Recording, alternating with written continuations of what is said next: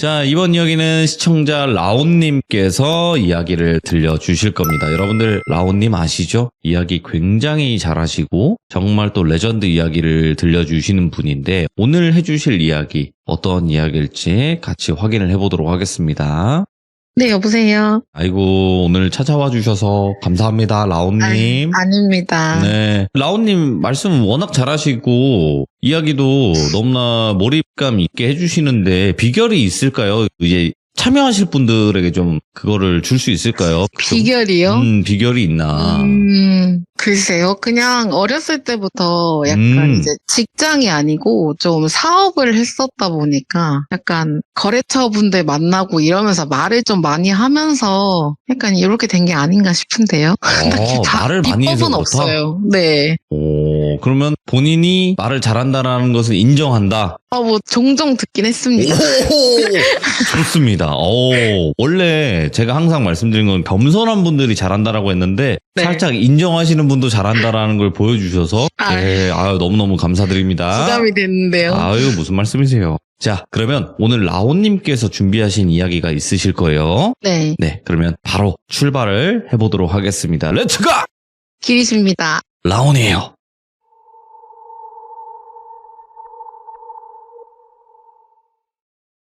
오늘 얘기는 조금 등장인물이 많아가지고 우선 주인공만 돌비라고 하고 네네네. 나머지는 그냥 약간 이름은 아니고 지칭할 수 있을 만한 그게 있거든요. 그래요? 별명 네. 같은 건가요? 별명은 아니고 약간 뭐 그런 거죠. 대리님 이런 식으로 지칭할 수 있을 만한 게 있어서 엄청 헷갈리시진 오케이. 않으실 거예요. 그리고 오늘도 조금 범죄랑 관련된 현실 공부다 보니까 그거에 좀 유의하셔서 들어주셨으면 좋겠고요. 우선 이 돌비라는 친구는 제가 초등학교 때부터 알고 지내던 남자아이예요. 초등학교 1학년 때 같은 반이었는데 엄청 조용하고 말수도 별로 없는 그런 친구였어요. 숫기도 많이 없고. 네. 근데 저는 그냥 평범한 초등학생이었거든요. 근데 초등학교 자체가 좀 지역별로 같은 친구들이 많이 모이다 보니까 뭐 같은 유치원에 다니던 친구, 뭐 같은 운동 태권도장 같은 그런 데 다니던 친구들이 많이 모여 있잖아요. 그렇죠. 그래서 저도 그냥 그런 친구들 중 하나였고 이 친구가 워낙 말수가 없다 보니 그 당시 운동장 한켠에 그 타이어로 이렇게 쳐져 있는 약간 놀이터 같은 게 있었어요. 예. 거기 이제 세로로 되어 있는 구름사다리가 있었거든요. 그 친구가 어느 날부터 하루도 빠짐없이 거기서 계속 놀더라고요. 그냥 진짜 매일 그 구름사다리를 타는 것도 아니에요. 그 구름사다리 밑에 그 모래 거기서 되게 자주 놀았어요. 근데 저희는 또 천진난만한 1학년들이기 때문에 너 거기서 뭐해? 약간 이렇게 하면서 친구들하고 그냥 그렇게 놀던 와중에 하루는 돌비가 아파서 학교에 못 나왔어요. 예. 근데 그날 비가 꽤나 왔거든요. 근데 뭐 초등학교 1학년이 그런 걸 신경 쓰나요? 그냥 끝나면 가서 놀고 이게 일상이잖아요. 그 저희도 이제 막 놀이터에 가서 노는데 어떤 한 친구가 구름사다리를 타려고 올라가다가 갑자기 악! 하고 비명을 지르는 거예요.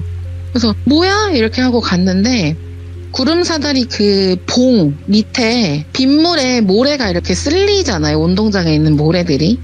근데 거기서 병아리가 나온 거예요. 죽어있는 병아리요. 그것도 한 마리가 아니고 꽤 많이.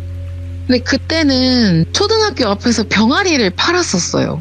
아마 아실 분들은 아실 텐데 뭐 병아리, 토끼 이런 거 한창 초등학교 앞에서 아저씨들이 많이 파실 때라서. 근데 저는 또 그렇게 약간 전 어렸을 때부터 좀 긍정적인 타입이었거든요. 네. 그래서 누가 병아리가 죽어가지고 여기다 묻어줬나 보다. 진짜 착한 애다. 이렇게 말을 하니까 친구들도 무서워는 하다가 그런가? 이렇게 된 거예요. 예. 그래서 되게 착한 애다 하면서 비가 왔으니까 모래로 아무리 덮어도 물에 쓸려갈 것 같아서 우리 내일 와서 이거 다시 덮어주자. 이렇게 말을 하고 뭐 책받침인지 같은 걸로 이렇게 가려놓고 비가 오니까 집에 갔어요. 다음날 돌비가 학교에 와서 수업이 끝나고 또 거기서 놀고 있더라고요. 그래서 돌비야 뭐해? 이랬더니 뭐 크게 말하지 않고 그냥 쳐다보다가 말아요. 그 친구 원래 그래요. 그래서 거기 어제 병아리가 이미 덮여 있었어요, 흙이. 그래서 너 봤어? 했더니 뭘 봤냐고. 그래서 거기 어제 병아리가 엄청 많이 묻혀 있었다고. 근데 비에 이렇게 쓸려가지고 우리가 봤는데 거기 책갈피로 덮어주고 왔는데 너가 이렇게 만들어준 거야? 이렇게 했더니 딱히 별말이 없더라고요. 그래서 너 진짜 착한 애다. 너가 이렇게 병아리들 무덤까지 만들어주고 너 진짜 착한 애다. 이렇게 된 거죠, 제가. 근데 이 친구는 별다른 말은 없었어요, 사실. 근데 그렇게 하고 이제 학년이 계속 올라갈수록 이 친구가 약간 일진처럼 변하는 거예요. 지금 말하는 일진. 성격도 조금 드세지고 말도 좀 거칠게 하고 그런 소위 노는 친구들하고 놀고. 그러니까 1학년 때 이 친구랑 같은 반이었던 애들은 아예 이 돌비의 이런 모습 자체를 상상할 수가 없었던 거죠. 근데 이렇게 말하면 좀 유치하긴 한데 저희 5학년 때 다른 학교하고 패싸움이 붙은 적이 있어요. 예. 그래서 남자애고 여자애고 20몇 명이 걸렸던 걸로 기억하거든요. 근데 또 왜 그 당시에는 엄마들이 녹색 어머니회 이런 거 하시면서 저희 엄마도 녹색 어머니회 부회장 출신이시기 때문에 엄마가 또 친구들 어머니들하고 많이 친해서 저도 당연히 친구들하고 많이 친했는데 그중에 그 패싸움에 걸린 친구들이 유독 많았어요. 저는 그냥 사실 전 진짜 아는 게 없었거든요. 그래서 그냥 가만히 있었는데 그 돌비라는 친구도 거기에 엮여 있더라고요. 그래서 같은 반이었던 다른 친구가 야, 돌비도 저기 있네? 그래서 쟤는 왜 저기 있지? 이렇게 된 거죠, 다들. 근데 그렇게 하고 중학교에 올라가던 그 시점에 참고로 아빠가 등장하는데 저희 아빠는 엄청 무뚝뚝한 경상도 분이세요. 예. 친구들 뭐 이런 거 간섭도 안 하시고 사실 제가 지나가다 넘어져도 그냥 가시는 분이시라서 아빠는 그런 타입이었는데 아빠가 하루는 너 혹시 돌비랑 친해? 이렇게 물어보시더라고요. 그래서 친하지. 나 걔랑 같은 반도 했었어. 이렇게 하니까 너 가급적이면 걔랑 놀지 마. 이렇게 말하더라고요. 그런 거 한 번도 말한 사람이 아닌데 근데 뭐 아빠 왜 내 친구랑 놀지 말라고 해. 내 친구인데 왜 아빠가 간섭이야. 이렇게 말을 했어요. 근데 아빠가 지금은 말할 수 없으니까 이유를 말할 순 없고 아무튼 걔랑 가깝게 지내지 마. 이렇게 말하더라고요. 그래서 몰라 내가 알아서 할게. 이렇게 하고 사실 그 나이 때는 초등학교 친구들이 전부잖아요. 그래서 그냥 열심히 만나고 놀았어요. 다른 친구들하고 같이 만나서 중학교 가서도 뭐 꾸준히 만나서 떡볶이도 먹으러 가고 학교 초등학교 운동장에서 같이 만나서 놀고 약간 이런 식으로. 그때 또 그룹과외가 유행이었어가지고 그룹과외도 같이 했었어요, 친구들끼리. 근데 그렇게 중학교 3학년, 2학년쯤에 A라는 다른 초등학교 동창 친구가 있어요. 근데 걔네 아버님이 의사셨거든요. 근데 둘이서 이 돌비에 대한 얘기를 하면서 나 근데 아빠가 돌비랑 놀지 말래. 그러니까 걔도 우리 아빠도 이렇게 된 거예요. 예. 근데 우리 아빠는 이유를 물어봐도 말 안 해줄 것 같으니까 너네 아빠한테 가서 물어보자. 이래가지고 걔네 집에 놀러를 가서 막 놀고 걔네 아버지가 퇴근하실 때쯤에 해서 물어봤어요. 근데 아저씨 왜 돌비랑 놀지 말라고 하는 거예요? 우리 아빠도 그러던데. 이렇게 했더니 아저씨가 지금은 너네가 너무 어려서 그 이유를 말해줄 수가 없다. 근데 너무 가깝게 지내지 말아라. 근데 둘 다 반발심이 생기잖아요. 아, 예? 아니 근데 이유를 알아야 우리가 가깝게 안 지낼 거 아니냐. 이유라도 말해줘라. 이랬더니 안 된대요. 지금은 너무 어려서 안 된대요. 좀 더 크고 찾아오라는 거예요. 농담처럼. 그래서 알겠다. 또 저희는 또 둘 다 말을 잘 들어서 좀 더 크고 알겠어요. 이렇게 하고 고등학생이 돼가지고 저희가 둘 다 이걸 꽂혀 있었나 봐요. 좀 더 크고 찾아와라. 그래서 고등학생이 되고 나서 또 물어봤어요. 너네 아직도 그거 안 까먹었니? 그러니까. 예. 지금 한 1, 2년 지났어요 이미. 너네 아직도 그걸 기억하고 있니? 이렇게 하면서 슬쩍 말씀해 주신 게 저는 이걸 지금에 와서 안 건데 무당이랑 무당은 결혼하면 안 된다는 썰이 있대요. 신이 맞아야 결혼할 수 맞아요. 있죠. 근데 두 분 다 무당이시라는 거예요. 어머니와 아버지가. 근데 그게 조금 이제 아빠들 기준으로 안 맞는 신이었나 봐요. 그러면서 그 A라는 친구 아버지가 의사라고 하셨잖아요. 사실상 그 아버지는 이 친구를 벌써 거의 한 10년째 보고 계시는 거죠. 왜냐면 저희랑 다 친구니까. 네. 근데 아버지가 말하는 게 그 친구가 조금 너희 말에 공감을 크게 못 해주는 성격이다. 이게 지금으로 치면 사이코패스나 소시오패스일 거죠. 반사회적 인격 장애. 그래서 겉으로는 우리가 슬프다 뭐 이렇게 해도 안 됐다 이렇게 해줄지언정 자기 진짜 생각으로는 근데 이게 왜 슬프지? 이렇게 할 수 있을 친구라고. 예. 그러니까 너희가 혹시나 다칠까봐 마음이 많이 다치고 할까봐 가깝게 지내지 말라고 아빠들끼리 얘기를 했던 거래요. 그러면 엄마들도 알고 있냐 했더니 엄마들도 대충은 알고 있다고 하더라고요. 근데 저희 엄마는 그런 말은 안 하셨거든요. 그래서 우선은 알겠다 이렇게 하고 사실 그 돌비라는 친구랑 고등학교 올라갈 때까지 연락을 그렇게 많이 한 건 아니었어요. 근데 저도 그 A라는 친구도 그 당시에 태권도를 하고 있었거든요. 꽤나 유단자였고 오래 운동을 했었는데 둘이 같은 도장에 다니고 있었어요. 근데 그 돌비라는 친구가 A한테 연락이 와서 나 운동하고 싶은데 너네 도장 어디야? 이렇게 물어봤는데 예. 이제 얘기를 해준 거예요. 저희는 아무 생각 없이. 우리 태권도장 여기야 이랬더니 나 그 아파트 사는데 이렇게 된 거예요. 저희 도장이 아파트 안에 있는 상가에 있었거든요. 나 거기 아파트 사는데 그럼 나도 혹시 가도 되나? 이렇게 해서 와! 이렇게 해서 저희가 사범님한테 말씀을 드렸어요. 우리 친구 온다고. 그렇게 해서 그 친구가 어머니하고 상담을 받으러 왔는데 그 어머니도 무당이라고 하셨잖아요. 저는 아직도 어머니 얼굴이 안 잊혀지거든요. 진짜 무서웠어요. 어떻게 저렇게 무서운 사람이 있나 싶을 정도로 말하시는 게 무서운 게 아니고 생긴 게 진짜 무서웠어요.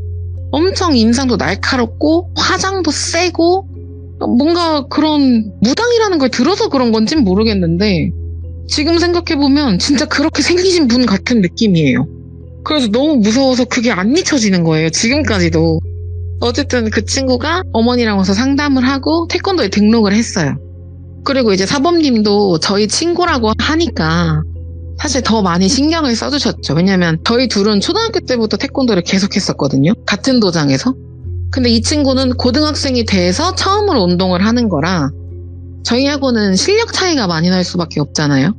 그래서 친구들은 검은 띠인데 사실상 얘는 흰 띠를 메고 운동을 해야 하는 거니까 사범님이 좀 소외감 같은 거 안 느끼게 그 검은 띠 주시고 이러면서 친구들하고 최대한 잘 어울려서 소외감 안 느끼도록 엄청 잘해주셨단 말이에요. 예. 저희 사범님이 되게 넉살도 좋고 돌비님 닮아서 잘생기셨어요. 잘생기셨네. 그래가지고 예.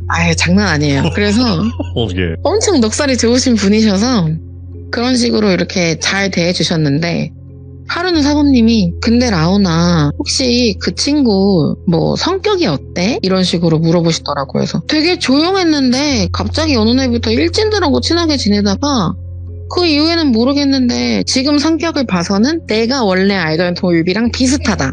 되게 조용해졌더라고요 다시. 그래서 그냥 잠깐의 그런 건가 보다 하고 말았죠. 그래서 왜요? 이렇게 했더니 그 상가 뒤쪽으로 분리수거장 같은 게 있었어요. 그 상가 사람들 분리수거장. 사범님이 이제 그 바로 옆에 피아노 학원이 있었는데 거기 선생님이랑 사귀고 계셨거든요. 그래서 우리가 같이 치워줄게 하고 퇴근하시기 전에 분리수거를 같이 가지고 내려가서 분리수거를 하려고 갔는데 그 돌비가 같은 아파트 살고 있다고 했잖아요. 그 분리수거장에서 돌멩이로 새를 고 있었대요. 뭐야? 돌로 띄운 거죠. 사범님이 그걸 보시고 약간 그게 좀 이상하다고 생각이 들어서 저하고 A한테 물어보신 거예요. 어땠냐? 그래서 그 얘기를 듣고 아니 그런 건 없었다. 그렇진 않았다 했는데 둘이서 이제 운동 끝나고 집에 가는 길에 문득 그 생각이 드는 거예요. 병아리 죽은 거 혹시 그거 걔가 한 거 아닐까? 그렇게 했는데 둘 다 에이 설마 애가 그렇게까지 잔인하진 않겠지. 사범님이 다른 무언가 쓰레기 같은 거를 새로 잘못 보신 거겠지. 왜냐면 저희는 그 친구랑 10여 년의 친구였는데 사실 믿고 싶지 않았던 것도 있었던 것 같아요. 그래서 아닐 거야 이렇게 됐어요. 예. 그리고 나서 저희가 고3이 되고 저는 또 수능을 봐야 되니까 운동을 그만뒀어요. 그러면서 사범님이 근데 여름방학 때까지만 부사범으로 와달라. 사범님이 월급 줄게 이렇게 하신 거예요. 근데 뭐 고3이 월급에 대해서도 모르고 우선은 알겠다 하고 부사범으로 제가 운동을 한 건 아니고 근무를 하게 된 거죠. 네. 그러면 어린애들을 운동을 시켜요. 막 8살, 7살 이렇게 제일 자그마한 아이들을. 예. 근데 그 중에 괜찮은 애가 하나 있었는데 걔가 어느 날 그 이마에 멍이 들어온 거예요. 그래서 어쩌다가 이렇게 됐어? 이렇게 물어봤더니 아 그거 아시죠? 전봇대에 오돌도돌하게 뭐 나와 있는 거기에 부딪혔대요. 그래서 괜찮아? 이랬더니 괜찮대요. 그래서 뭐 연고도 발라주고 뭐 이랬는데 며칠 뒤에 보니까 이게 아직도 기억에 남는데 귓볼 있죠? 귓볼 옆에 턱선이 내려와 있잖아요, 사람이. 그 턱선 쪽이 다 멍인 거예요. 한쪽만. 근데 걔가 되게 어렸어요. 초등학교 한 1, 2학년 정도였던 것 같아요. 너무 놀란 거예요. 너 얼굴이 왜 그래? 이랬더니 그냥 계속 뭐 말을 안 해요. 예. 그래서 너 얼굴 좀 보자고 사범님도 부르고 다 불렀어요. 얘 얼굴 좀 보라고 이상하다고. 근데 애는 계속 아무 말도 안 하고 가만히 있고 특별히 그거에 대해서 말을 안 하고 왜 그러냐고 사범님이 계속 물어보면 그냥 넘어졌다, 다쳤다 이런 식으로만 말을 하는 거예요. 근데 아무래도 저희는 어쨌든 아기들을 약간 교육을 시키는 기관이다 보니까 혹시나 아동이나 이런 게 의심될 경우에는 신고를 해야 하는 의무라는 게 있잖아요. 맞죠. 그래서 사범님이 조금 뭔가 이상해서 부모님한테 연락을 했대요. 부모님한테 연락을 하고 연락이 안 되니까 우선은 집으로 데려다 주려고 간 거예요. 그 회원 카드가 있잖아요. 집에 갔는데 집 안에서 돌비가 나오는 거예요. 그래서 에? 뭐야 김돌비? 이랬어요. 그러니까 저랑 A랑 다 같이 있었어요. 그때. 뭐야 너? 그랬더니 알고 보니까 동생인 거예요. 돌비의 동생. 그래서 아 너 동생이었어? 야 너 동생 여기 엄청 다쳤어. 이러면서 너 몰랐어? 이렇게 자긴 몰랐대요. 야 어떻게 형아가 돼서 이걸 몰라? 너 동생 지금 심각해. 그 사부님이 이제 어머니 아버지 어디 계시냐? 그래서 집에 두 분 다 안 계신다. 그러니까 사범님도 그 두 분의 직업을 아셔서 아 바쁘신가 보다. 예. 이렇게 생각을 그냥 하신 거예요. 사범님이 근데 뭔가 이상하셨는지 그러면 내가 데리고 있겠다고 한 거예요. 갑자기. 그래서 엥? 이렇게 됐죠 다들. 그래서 부모님 연락 올 때까지 도장에서 내가 데리고 있겠다. 그러니까 너는 신경 쓰지 말아라 하고 다시 도장으로 갔어요. 격리시켰네. 네, 완전 격리를 시킨 거죠. 그래서 뭔가 좀 자꾸 이상하셨는지 계속 그런 식으로 하길래 제가 그럼 나도 있을래요. 이렇게 해가지고 엄마한테 전화해서 나 오늘 사범님이랑 옆에 피아노 선생님이랑 도장에 있을래 하고 허락을 받고 도장에 있었어요. 사범님, 돌비의 동생, 그리고 저 피아노 선생님 이렇게 넷이 있었는데 막 놀다가 사범님이 야 피자 먹자 이렇게 하시는 거예요. 그래서 막 같이 야식을 먹고 그 태권도장 매트 있거든요. 폭신폭신한. 그 매트를 4개를 깔고 넷이 누웠어요. 거기.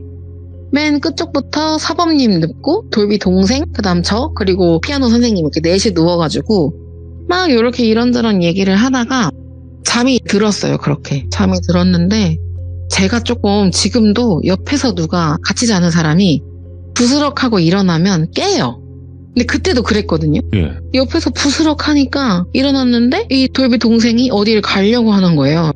근데 다 선생님들 자고 계시잖아요. 그래서 되게 조그맣게 야 어디가 다시 자 아직 새벽이야 이렇게 말했더니 누나 나 집에 갈래 이러더라고요. 그래서 안 돼 너 집에 못 가. 사모님이 보내지 말래. 너 빨리 다시 누워 자 이렇게 했는데 계속 집에 가겠다는 거예요. 그래서 안 돼 이러고 아 형이 찾아왔다고 이렇게 말하더라고요. 형이 어떻게 찾아와 하고 그 문 쪽을 이렇게 보는데 그 왜 옛날에 그런 태권도장 같은 데 보면 유리문에다가 시트지로 이렇게 붙여놓잖아요. 뭐 무슨 태권도 이런 식으로. 근데 그 시트지 사이에 틈이 있어요. 그냥 일반 유리. 그걸 밖에 누가 서 있는 걸 보게 된 거예요, 제가. 근데 사실 그때는 그게 돌비인지 귀신인지 관심도 없고 너무 무서우니까 사모님이 깨웠어요. 깨우자마자 입으로 이렇게 쉿 하고 막고 저기 보라고 손짓을 한 거예요. 그 사모님이 보시고 뭔가 좀 이상해서 우선 너네 탈의실로 들어가 있으라고 해서 저희가 둘이 탈의실로 피신을 했어요. 근데 저희 태권도장이 문이 2개였어요. 근데 한쪽은 도장으로 바로 들어오는 유리문이었고 하나는 그 사범님 관장님실로 통하는 문이었어요. 사실 거기는 원생들이 잘 들어가지는 않죠. 거의 안 들어가요. 그래서 거기는 굳이 사범님이 또 그날 도장에 계시고 하니까 굳이 문단속을 안 하셨어요. 근데 갑자기 그 문이 끼익 하고 열리는 거예요.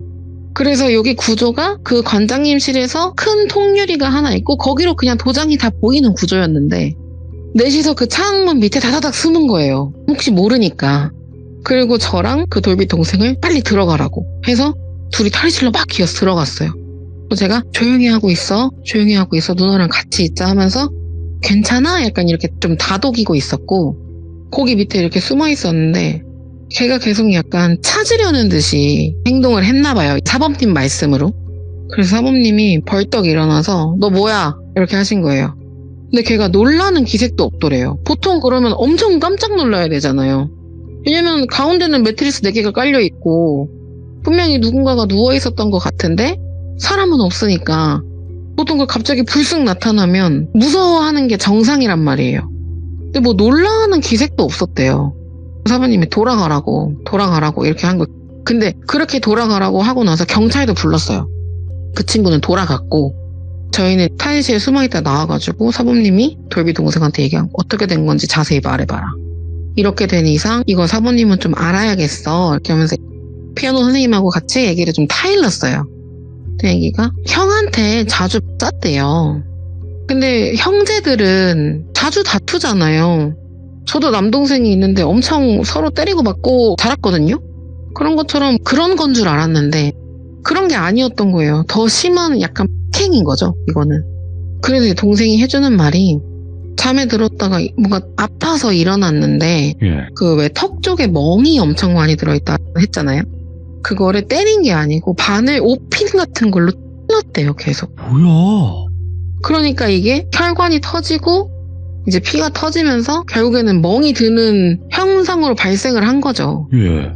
그래서 사모님이 안 되겠다, 도저히 안 되겠다 해서 사실 저희는 그때 거의 20살이 다 돼가는 성인이었으니까 이거는 이제 부모님한테 말씀을 드리고 경찰에 신고를 해야겠다라고 마음을 먹으셨는데 분명히 아까 그 전에 운동 끝날 때쯤 부모님한테 연락을 드리고 집에 갔었다고 했잖아요.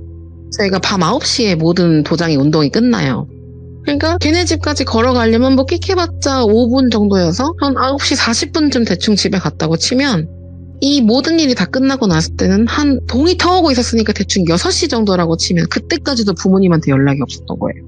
그럼 이제 사모님도 아니 아무리 바쁘셔도 이렇게까지 연락이 안 될 리는 없다. 왜냐면 도장에서 연락을 한 거니까 자기 아이에 관련된 거잖아요. 그래서 우선은 이제 문자로 통보를 하시고 아동의 그런 혐의로 경찰에다가 얘기를 하셨어요. 근데 사실 경찰분들도 얘가 미성년자잖아요. 그리고 뭔가 그냥 형제 간에 그런 거라고 생각을 하셨는지 너 동생 괴롭히지 마.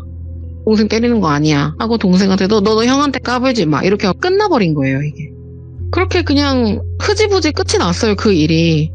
그리고 저는 이제 수능을 준비한다고 도장을 그만뒀고 그냥 그런 친구들하고는 계속 연락을 잘 하고 있었거든요. 그 A라는 친구도 사범님도 전부 다 연락을 잘 하고 있었고 뭐 그렇게 해서 시간이 좀 흐르고 제가 도장에 다시 이제 20살쯤 됐을 때 도장에 한번 놀러를 갔어요. 네.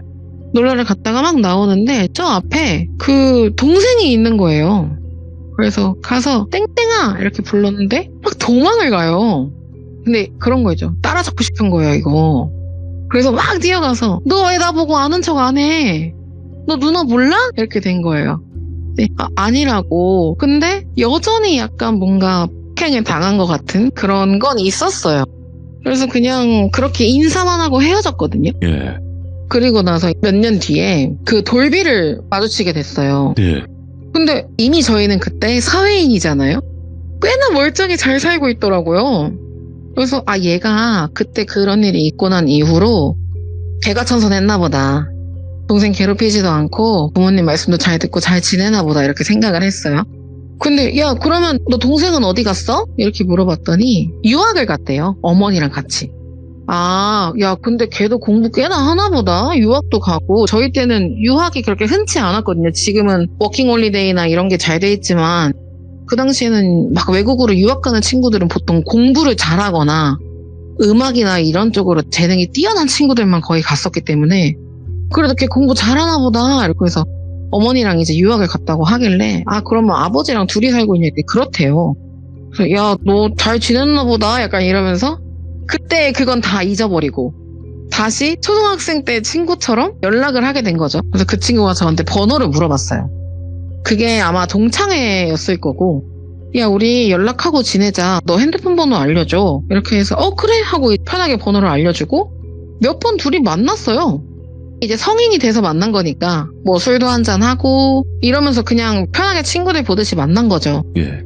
근데 제가 아무리 생각해도 저는 그 친구가 외동으로 알고 있었거든요, 어렸을 때. 아, 야, 그랬구나. 네. 그리고 사실 19살 때 초등학교 1, 2학년 정도의 동생이면 나이 차가 꽤 많이 나는 거잖아요. 맞네요. 예. 그래서 야, 너 근데 동생이 있었니? 우리는 몰랐어. 그러면 고등학생 때 왜 말 안 했어? 동생 있다고. 그랬더니 알고 보니까 어머니가 두 분이 이혼을 하시고 재혼. 아버지가 재혼을 하셨고 그 어머님 사이에서 태어난 애기였던 것 같아요. 친동생은 아닌 거고. 네, 그러니까 배가 다른 동생인 거죠. 그죠. 그러니까 뭐 태어난 건지 그 어머니가 데리고 온 건지 모르겠지만 어쨌든 배다른 동생이었다 하더라고요. 했는데 그럼 제가 본 어머니, 그 돌비의 어머니는 그 이혼하신 그 친모였던 거고 저는 이제 그 새 어머니는 본 적이 없어요. 그렇게 네. 되면. 그래서 그랬었구나. 그래서 너가 말을 안 했구나. 그냥 그렇게 넘겼는데 갑자기 A가 또 등장을 해요. A 아버지가 의사라고 했잖아요. 근데 뭐 이렇게 저렇게 또 A랑도 같이 친하게 지내다 보고 하다 보니까 그때 그 공감을 못 해준다는 말이 네. 궁금해진 거예요. 이미 저희는 성인이고 머리도 클 대로 컸으니까 다시 물어봤어요. 그랬더니 그게 지금으로 치면 그 반사회적 인격장애라고 하는 그런 병명이 있다. 네. 근데 아빠들이 그거를 사실 확신할 수는 없었는데 그냥 그 친구 하는 행동이나 그런 걸 보니까 충분히 그럴만 했다더라. 이렇게 해서 그제서야 저희가 A 아버지한테 그동안 있었던 일들을 다 말했어요. 뭐 병아리 의심되는 것부터 시작해서 사범님이 뭐 돌로 새고 있었다는 것부터 시작해가지고 동생 바늘로 찌른 거 이런 걸 다 말했어요. 근데 아버지는 완전히 확정을 하신 거예요. 걔는 그럼 맞는 것 같다. 너네하고는 별다를 거 없었냐. 그래서 아직까지 뭐 우리는 그런 게 없다. 얘 요즘 걔 돌비 자주 만나는데 이렇게 하니까 둘이선 절대 만나지 말라 이렇게 당부를 하시더라고요. 그래서 웬만하면 둘이 안 만났거든요. 만날 거면 A를 데리고 나가던지 아니면 다른 친구들 있는 자리에서 만나던지. 그렇게 해서 이제 여기서부터 더 큰 일의 시작인데 한 24, 5살 때쯤이 됐어요. 웬만큼 사회생활도 했고 저는 아까 말씀드렸다시피 어렸을 때부터 사업을 했다 보니 그때도 사업을 하고 있었고 예. 그런 식으로 지내다가 뭔가 이 친구가 이상한 것 같다는 말이 떠돌기 시작했던 게 그 저희 동창 친구 중에 B라는 여자애가 있는데 얘가 되게 예뻐요. 귀여워요. 근데 둘이 사귄다는 거예요. 둘이 사귄대요. 예. 그래서 그맘때쯤 그 B가 여행을 간다는 거예요. 돌비랑 둘이. 근데 제가 A 아버지한테 돌비가 사이코패스나 소시오패스라고 들은 게 있어서 제가 가지마 그랬어요. 절대 가지마 그랬더니 이제 그 B는 자기 인생의 첫 여행이에요. 남자친구와. 너무 설렘에 미쳐있는 거예요. 그래서 안 돼 가지마. 아니 왜 가지 말라는 거야. 아니 우선 가지마. 안 가는 게 좋겠어 이랬는데 이미 그날이 출발하는 날이었어요. 그 얘기 들은 게. 되돌릴 수 없었던 거죠. 그러면 너 1시간에 한 번씩 나한테 전화해. 제가 이랬어요. 사실 안 할 줄 알았거든요. 근데 1시간에 한 번씩 전화를 꼬박꼬박 해요. 그래서 제가 그랬어요. 1시간에 한 번씩 그냥 전화해. 나 아무 말도 안 하고 듣기만 할게. 한 5분 정도 있다가 그냥 끊을게. 이렇게 그냥 말을 한 거죠. 예. 근데 얘도 그래? 이렇게 하고 진짜 1시간에 한 번씩 꼬박꼬박 전화를 했고 저는 이제 그 A도 얘네 둘이 여행 간다는 소식을 알고 있어서 A네 집에 있기로 했어요. 그날. 진짜 꼬박꼬박 1시간에 한 번씩 전화 오고 저희는 5분 정도 듣고 끊고 이렇게 했는데 한 11시쯤 연락이 왔어요. 근데 애들 목소리가 졸린 거예요. 그러면서 저희가 야 얘네 자려고 누웠나 보다 이렇게 된 거예요. 11시니까 그걸 이어폰으로 듣고 있었어요. 줄 이어폰으로. 근데 그 음성 속에서 돌비가 오늘 재밌었어? 이런 식으로 물어보고 이 B라는 친구도 오늘 너무 재밌었다. 모두 좋았고 이제 진짜 그 자기 전에 연인들이 나누는 그런 대화를 약간 졸린 목소리로 나누고 있더라고요. 근데 갑자기 그 돌비가 그러면 내 부탁 하나만 들어줄래? 이렇게 하는데 갑자기 수학이 넘어와서 이런 소리가 들려요. 그래서 이렇게 둘이 갑자기 눈이 번쩍 뜨인 거예요. 뭐야 이렇게 했는데 그래서 급하게 스피커폰으로 돌리고 근데 이렇게 했는데 이게 숨이 막히는 소리 같은 거예요. 그 급소를 탁 찔렸을 때 이렇게 숨을 순간 못 쉬는 것 같은 소리. 저희는 운동을 했으니까 둘 다 알잖아요. 그래서 얘가 야씨 녹음해 이래가지고 자기 휴대폰을 갖고 와서 그걸 녹음을 하고 근데 계속 이런 소리가 들려요. 막 뭘 치는 것 같은 소리도 들리고 뭔가 급박해 보이는데 아닐 수도 있잖아요. 저희 입장에선. 그래서 어떻게 해야 될지 모르고 우선 그렇게 하고 근데 그러다 갑자기 아무 소리가 안 나요. 그래서 우선 전화를 끊고 A의 아버지한테 달려갔어요. 아저씨 이것 좀 빨리 들어보라고. 지금 큰일이라고. 이거 우리가 생각하는 그게 맞는 것 같다고. 그러면서 녹음했던 그거를 들려주게 됐어요. 아버지한테. 아버지 들으시더니 얘네 지금 어디 있어? 이렇게 해서 얘네 뭐 어디 쪽으로 간다고 했다. 그러면서 주변에 경찰이나 뭐 이런 분들하고도 좀 아시는 분이 계셨는지 아시는 분들 전화를 해가지고 부탁을 하더라고요. 그쪽에 제발 아는 사람 있으면 여기로 얘 이거 위치 추적 떠가지고 사람 좀 보내보라고. 우리 아들하고 우리 아들 친구가 이런 걸 들었다고 해서 녹음까지 해놨는데 우선 좀 어떻게 좀 해보라고. 야 부탁 좀 한다 막 이렇게 하시더라고요. 그래서 우선 그렇게 하고 아버지가 저희한테 이제 왜 어떻게 이걸 듣게 됐는지를 물어보셔서 똑같이 말을 해줬어요. 여행을 간다 하길래 그냥 안 갔으면 좋겠는데 뭐 계속 간다 해서 그럼 1시간에 한 번씩 전화해라 하고 진짜 1시간에 한 번씩 전화 온 것까지 다 보여드리고 갑자기 이 소리가 들렸다. 그래서 녹음을 했다. 너무 초조하잖아요 그때부터. 그래서 그 아저씨 친구분한테 연락 오기만을 기다리고 있었어요 저희는. 근데 이제 연락이 왔는데 체포를 했다고 하더라고요. 실제로 이제 그거는 목을 조르는 그게 맞았고 그러면서 저희한테도 당연히 이제 경찰 조사가 내려왔죠. 와, 오. 그래서 경찰서에 가서 진술을 했어요. 어떻게 하다 이렇게 됐냐. 또 처음부터 다 말씀을 드렸어요. 그러면서 근데 왜 친구한테 1시간에 한 번씩 전화하라고 했냐. 왜 위험하다고 생각했냐라고 물어보셔서 그 얘기를 했어요. 병아리 의심되는 거랑 남동생 때리고 이랬던 거랑 그걸 얘기했는데 A는 그 새까지 다 얘기한 거예요. 전 새 얘기 생각도 못했거든요. 사범님이 봤다던 그 돌로 있었다던. 그래서 이 친구가 위험해 보였다. 그리고 저 A의 아버지가 말씀하시길 반사회적 인격장애라고 말씀을 하셨는데 그걸 듣고 나서인지 더 위험해 보였다. 그래서 이 친구한테 여행을 뜯어 말렸는데 계속 간다고 하니까 1시간에 한 번씩 전화하라고 말했다. 이렇게 말을 했어요. 그랬더니 경찰분들도 어느 정도는 좀 들으신 것 같아요. 저희의 진술들을. 그래서 알고 보니까 병아리 그랬던 거 맞고 새도 그랬던 거 맞는데 더 소름 끼치는 건 친어머니랑 친아버지랑 이혼을 했다고 했잖아요. 그리고 새어머니랑 이 친아버지가 재혼을 하신 거고 동생이 있고 이 둘은 유학을 떠났고. 예. 근데 알고 보니까 친어머니도 새어머니도 동생도 다 얘가 그렇게 죽였더라고요. 해했다고요? 네, 해했어요. 완벽하게 해했다고. 미쳤네 이거. 이게 이제 나중에 저희가 직접 이걸 들은 건 아니에요. 이게 또 경찰 조사 관련된 거라 저희한테 직접 알려주실 수는 없었는데 예. 아저씨 친구분이 전화해서 말씀을 해주셨나 봐요. 아저씨한테. 예. 저희는 아저씨한테 들었거든요. 근데 이제 알고 보니까 친어머니도 그 새어머니도 남동생도 유학을 갔던 게 아니고 이혼을 했던 게 아니고 해한 거더라고요. 와. 그리고 친아버지가 남았잖아요. 예. 근데 친아버지도 엄청 자세하게 기억은 안 나는데 매우 아프신 상태였어요. 근데 이제 그것마저도 무슨 암 걸리고 이렇게 아픈 게 아니었어서 예. 그 친구가 해했을 거라는 가능성이 컸었는데 그것까진 증명을 할 수 없다 보니까 그것까진 잘 모르겠고 어쨌든 그 B라는 친구도 해한 거죠. 이거 완전 연쇄살인인데?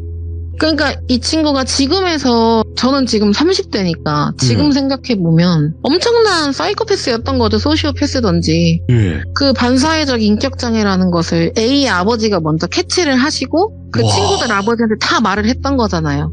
그러니까 그 아버지는 또 의사셨으니까 아무래도 그런 걸 캐치가 좀 빨랐을 수도 있고 어쨌든 근데 사실 그렇게 해서 이 친구의 그 행방은 몰라요. 아마 이것들이 다 밝혀졌다면 아직도 교도소에 있겠죠? 그때 뭐 재판을 하고 이런 얘기까지는 들었으니까. 와. 근데 저는 사실 그 B도 안타깝긴 한데 그 네. 동생이 더 기억에 남거든요, 사실은.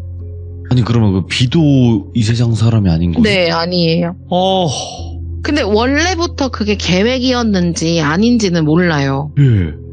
그렇게 하려고 걔랑 사귀어서 뭐 계획적으로 여행을 데리고 가서 그랬던 건지는 몰라요.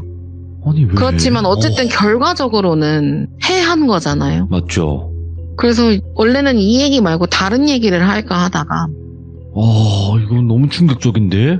라오님도 어쨌든 많은 분들 앞에서 이 이야기를 하시기가 그냥 마냥 내가 들은 얘기다, 뭐 내가 겪었던 이야기인데 라면서 웃으면서 할 얘기가 아니네 이게. 와, 근데 확실한 거는 그 사람은 뭐 당연히 경찰에게 체포를 당했고 그렇게 했기 때문에 무조건 감옥에는 있겠죠. 그쵸, 그럴 것 같아요. 네, 근데 이제 감옥에서 뭐 어떤 형을 받아서 어떤 식으로 몇 년 뭐 사는 건지 무기징역인지 이걸 모른다는 거지. 네, 아예 모르고 뭐 사실 제가 그 친어머니를 봤던 건 17살 때였거든요. 예. 고1 때. 근데 언제부터 그 어머니가 안 보였는지도 몰라요. 언제 재혼을 하셨는지도 몰라요. 아버지가 언제쯤 아프셨는지도, 이 동생이랑 새어머니가 언제쯤 유학을 갔는지도 사실 저희는 모르는 거죠. 근데 이게 생각을 해보면 라온님이 그 사람이 이상하고 뭐하고 한지 알 수는 없어요. 왜냐면 이 사이코패스들이 정말 연기를 잘해. 그런 것 같아요. 진짜 잘해요. 네. 그래서 주변에서도 그 사람이요? 이게 밝혀지면 그 사람이 그랬다고요? 이런 얘기가 나오는 이유가 그거거든요. 그쵸. 그리고 제가 요거 시참 준비하면서 유튜브로 사이코패스에 대한 걸 좀 봤는데 우연히 네네네. 이 사람들은 살기 위해서 공감을 한대요. 살아가려고. 그러니까 본인들도 일반적으로 반사회적 인격장애를 확진 받으신 분들은 내가 이 세상에서 동떨어지지 않기 위해서 일부러 공감을 더 많이 하고 이 범죄를 저지르면 본인들이 의심을 받을 걸 알기 때문에 더욱더 법의 테두리를 지키려고 노력을 한대요. 근데 이제 아닌 사람들 중에 범죄를 저지른 사람들 중에서 이런 반사회적 인격장애 성향이 높은 사람들은 그 조절이 안 됐던 거고, 충동 조절이. 무섭다 진짜. 네, 일반적으로 뭐 약을 먹으면서 살아가는 그런 반사회적 인격장애를 가진 사람들은 본인이 이 세상에서 동떨어지지 않기 위해서 노력을 한다는 거예요. 노력하면서 공감을 일부러 한대요. 근데 다 떠나서 그냥 우리 주변에 있어요. 그래서 제가 그걸 보고 그럼 내 주변에 좀 있겠구나 싶은 거예요. 더 무서워 그게. 그러니까 지금 라온님 주변에 그것도 가까운 친구로 있었던 거예요. 꽤 가까웠죠. 왜냐면 초등학교는 전학가지 않는 이상 학교가 변하지 않으니까, 물론 다른 학교도 그렇지만 예. 더군다나 아빠들끼리도 엄마들끼리도 커뮤니케이션이 제일 잘 된 데가 초등학교잖아요. 맞죠. 근데 거기서 6년을 함께 보내고 이랬으니까, 나중엔 운동도 같이 하고 이랬으니까 그때는 제가 직접적인 피해를 받지 않아서 맞아요. 위험하다고 생각을 못했던 것 같기도 하고요. 그러니까 라온님이 조금 더 만약에 뭐 후배 팠다고 생각을 하면 네. 진짜로 제가 어떤 뭔 일을 저지른 거 아니야 하면서 더 파고들었다면 아마 라온님을 해했을 수도 있겠다라는 곳까지 가요 지금 생각이. 너무 무서워요. 그러니까. 그랬을 수도 있긴 하겠네요. 근데 그렇죠. 제가 제 이거에 대해서 범행이 캐묻고, 밝혀지는 네. 건데 한 사람 때문에. 근데 그건 사람으로 안 보니까 정말 무서운 상황인 거예요 이게. 거기까지는 저도 생각을 안 해봤는데 와. 별비님 말 들으니까 진짜 꽤나, 특히 저랑 A는 엄청나게 위험한 상황이었을 수 있겠네요. 아무튼 오늘 라온님께서 굉장히 충격적이네요. 마지막에 갈수록 뭐지 했는데 결국에는 이렇게 됐다라는 걸 전부 다 이야기를 해주시니까 와 진짜 이거는 충격적이고 섬뜩한 이야기일 수밖에 없겠다. 너무 섬뜩하네요. 그리고 또 희생당했던 분들의 또 삼가 고인의 명복을 빌고 네. 오늘 라온님의 이야기로서 우리 주변에 정말 가까이에 사이코패스들은 존재한다라는 걸 다시 한번 생각을 하게 되었습니다. 아이고 라온님 다시 한번 너무 감사드립니다. 네, 감사합니다. 네. 항상 영화나 어떤 범죄 시사 프로그램 같은 데에서만 보는 게 아닙니다, 여러분들. 그냥 우리 주변에 있습니다. 근데 내 가족일 수도 있고 내 친구일 수도 있고 내 친구의 아내이자 남편일 수도 있고 정말 우리 주변에 있는 사람들입니다. 그래서 더 무서운 이야기가 아니었나 싶고요. 그리고 정말 이렇게 사람을 해야 하는 거를 아무렇지 않게 생각하는 사람들도 존재를 하는 거기 때문에 저희는 좀 더 조심하고 그런 사람들을 만나지 않기 위해서 노력을 해야 될 것 같습니다. 아유, 감사합니다. 여러분들, 시청해주신 분들 여러분들의 생각을 댓글로 꼭 남겨주시길 바라겠습니다. 감사합니다.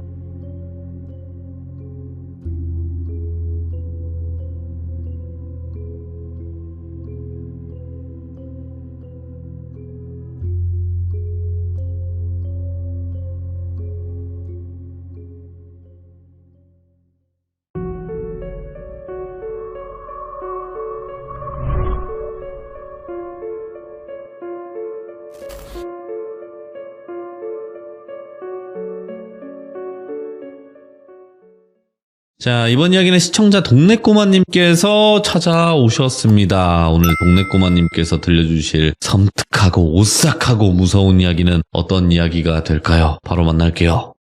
네, 안녕하십니까. 안녕하십니까? 잘 지내셨습니까? 네, 동네꼬마님 오늘도 와주셔서 너무너무 감사합니다. 바쁘실 텐데. 아이고, 바쁘다니요. 아무튼 오로지 목요일만을 위해 사는 사나이입니다, 저는.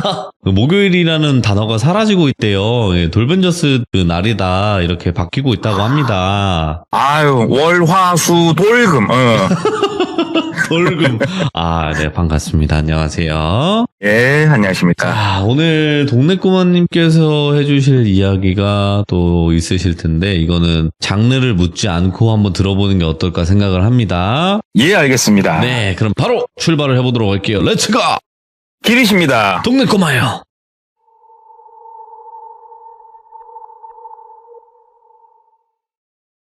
오늘 이야기 같은 경우에는 10년이 조금 더 된 이야기입니다. 조금 예전 이야기고, 제가 고민을 사실 좀 했어요. 이게 이 이야기를 해주신 분 일대기와 이야기를 풀어나가려면 이분이 하는 어떠한 직업, 이거에 대한 이야기가 나가야 되는데 이분의 직업을 밝혀야 되는 것인가 말아야 되는 것인가, 이분이 저한테 한 얘기가 있으니까 고민을 좀 하다가 어찌됐건 영업직이었어요.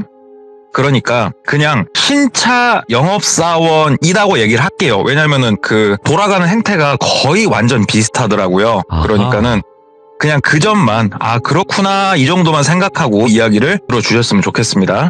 그 당시에 30대 초반인 똘비라고 하는 남성이 있었습니다. 똘비 같은 경우에는 직장을 다닌 지가 한 2년 정도 된 그러한 상황이었고, 사실 2년간 직장을 다녔으면 많이 편하죠. 일도 손에 익었고 어떻게 하면 좋을지도 알고 후배들도 있고 그냥 그렇게 매일매일 똑같은 일상을 살고 있었습니다. 그런데 이러한 무료한 일상에 그래도 우리가 집보다 어떻게 보면은 직장에서 보내는 시간이 더 많잖아요. 집은 잠자는 시간 빼게 되니까. 친한 사람이 생겨요. 거기서 철민이 형하고 땡칠이 형, 그래서 몇 명 이렇게 친한 사람들이 있었대요. 그래서 이게 영업직의 특성상 항상 사무실에 얽혀 있고 붙잡혀 있는 건 아니잖아요. 그래서 나가서 당구도 치고 PC방도 가고 어쩔 때는 대낮부터 술 한 잔도 하고 이렇게 좀 지내고 있었어요. 특히 이제 철민이 형하고 친하게 지냈는데, 철민이 형은 고민이 좀 많았어요. 왜 그러냐면 자기보다 나이가 조금 몇 살 더 있긴 했지만 가정도 있었고, 가정이 있다 보니까 매달 들어가는 돈도 있을 거고, 그런데 영업이라는 거는 항상 고정급이 주어지지 않는 그러한 일이다 보니까 철민이 형이 많이 힘든 부분을 이야기를 했다고 하더라고요. 서로 소주잔 부딪히면서 형, 이번 달 형이 이런저런 거를 조금 못 해가지고 계약이 좀 적은 것 같아. 다음 달은 이렇게 해보자. 나랑 같이 어디에 가서 홍보를 좀 해보자. 여러 가지 이야기를 좀 하고 있었대요. 그러니까 철민이 형이 술을 먹다가 야, 똘비야. 내가 말이야. 얼마 전에 점집을 좀 갔다 왔어. 글도래요. 그러니까 점집? 그래 형, 한 번씩 가잖아. 그러니까는 그런데 점쟁이가 말이다.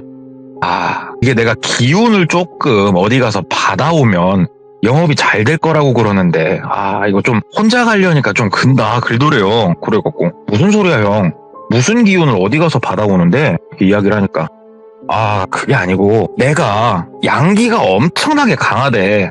네가 생각하는 그 조금 막 그런 양기가 아니고 아무튼 내가 조금 그런 기운이 세대. 그래서 이게 뭐라고 하던데, 뭐 있잖아요, 음양 오행이 어쩌고 저쩌고 하면서 한쪽에 너무 치우쳐 있으니까 음의 기운을 내가 조금 받아들이면은 조금 일이 잘 풀릴 거라고. 가정도 평안할 거고. 야, 그래서 그런데 말이다, 똘비야. 아, 니랑 내랑 제일 친하잖아. 우리 같이 조금 어디 좀 갔다 오면 안 될까? 글도래요. 그래서 어디를 가는데? 아이, 말을 시원하게 해봐. 그러니까는 그냥 쉽게 말해서 흉가 폐가를 갔다 오자고 얘기를 하더래요. 거기가 우리가 흔히 생각해도 음의 기운이 강하지 않습니까? 예. 그러니까는 아, 난 또 뭐라고. 형, 그런 걸 믿어? 아, 참 애기도 아니고 막 얘기를 하니까 아니, 야, 그래. 믿던 안 믿던을 떠나가지고 야, 돈 드는 것도 아니고 야, 형이랑 놀러 간다 생각하고 한번 갔다 오자 막 그러더래요. 그래서 생각을 해보니까 뭐 재밌을 것 같기도 하고 그래서 아, 좋아 가보자. 뭐 아는 데 있어? 어디 뭐 점쟁이가 찍어준 데 있어? 그러니까는 아니, 그건 아니고 내가 조금 검색을 해볼 테니까 우리 한번 날 잡아서 한번 가서 좀 이렇게 구경도 하고 거기서 뭐 봐가지고 뭐 맥주라도 한 캔 깔까? 막 얘기를 하더라고요. 그래서 알았으니까 형이 알아서 해봐. 이렇게 이제 판이 한번 열렸어요.